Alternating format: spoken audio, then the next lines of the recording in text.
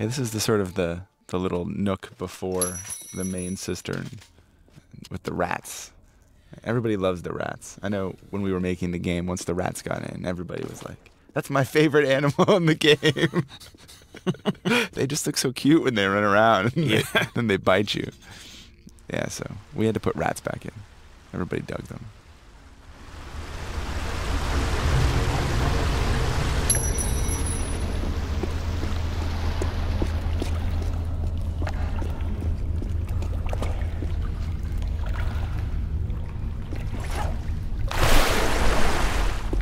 This was the big sort of cistern underneath the grease level, where all the sewage from everything ran down into.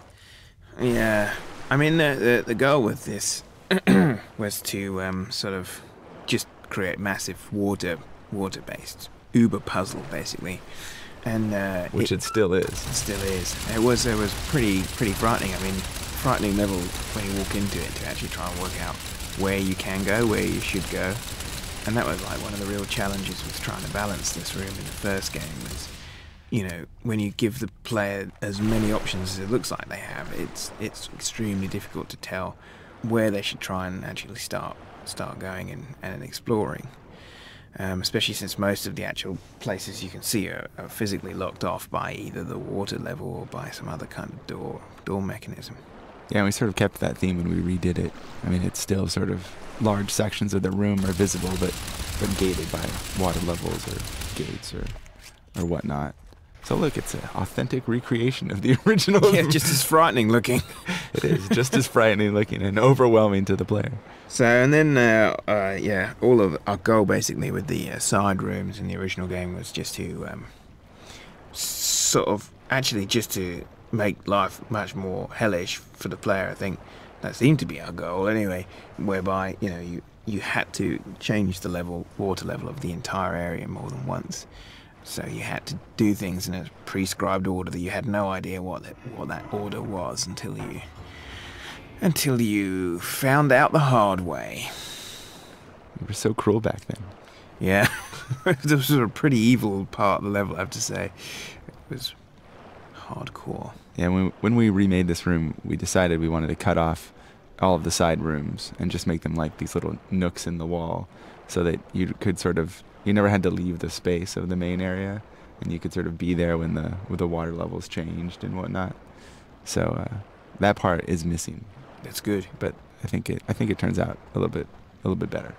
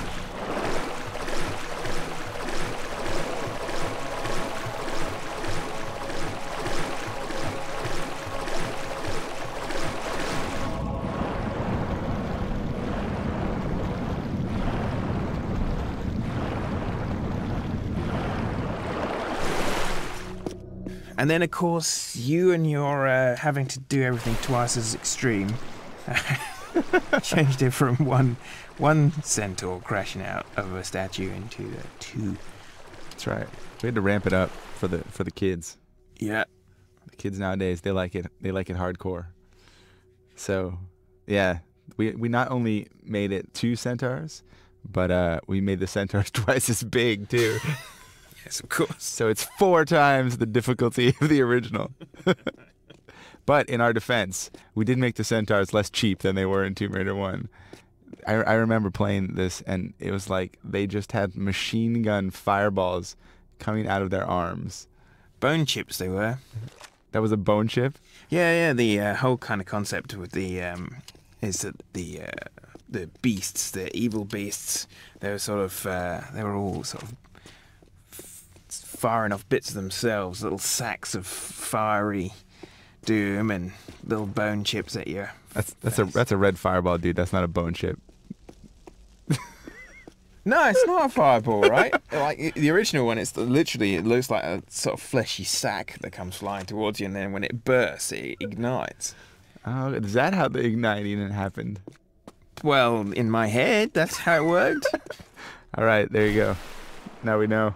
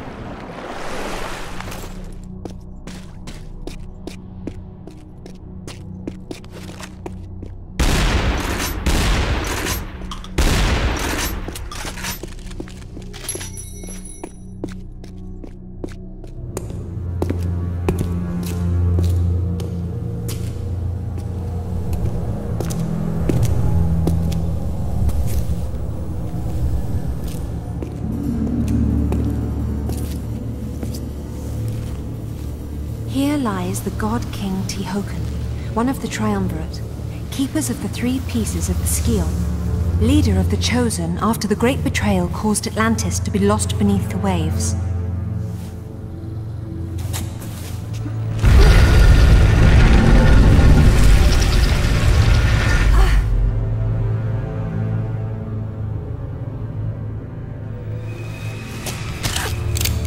You see, instincts can be expensive, mademoiselle.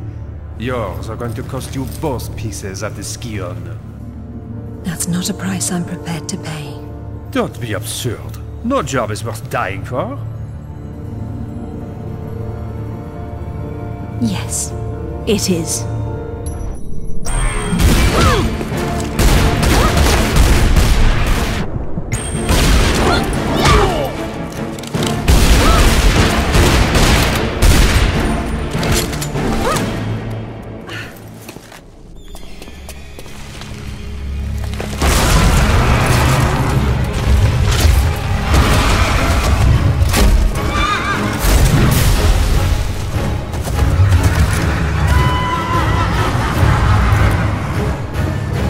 On second thought, you have it.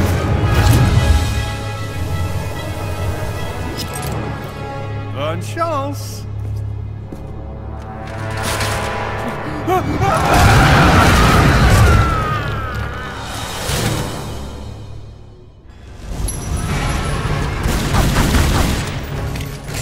So in the original game, when you actually arrive at Tihocan's tomb, basically Pierre's already there, beating you to it, and he's just kind of opens fire on you, and you essentially you gun him down. He's already grabbed the ski on, so you gun him down and take his stuff.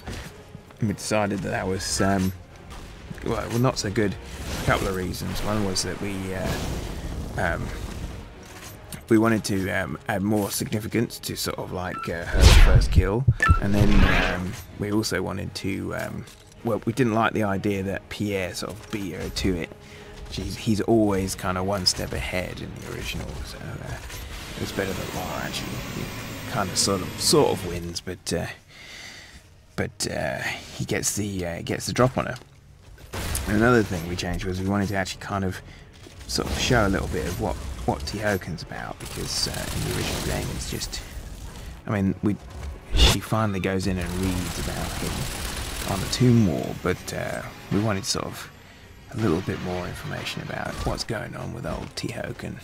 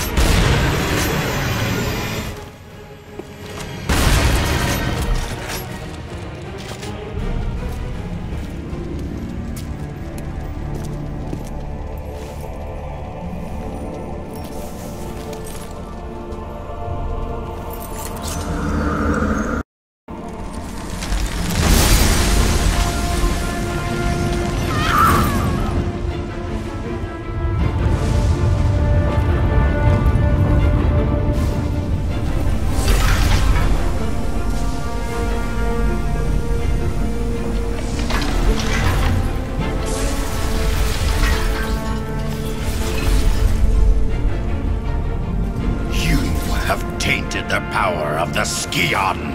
In betraying your fellow kings, you have broken the sacred triumvirate of Atlantis. You have maimed Qualopec, your own brother. I am still here, wretch. Tihocan has ended your treachery. But it is my face you will see in your nightmares. What have you to say for yourself?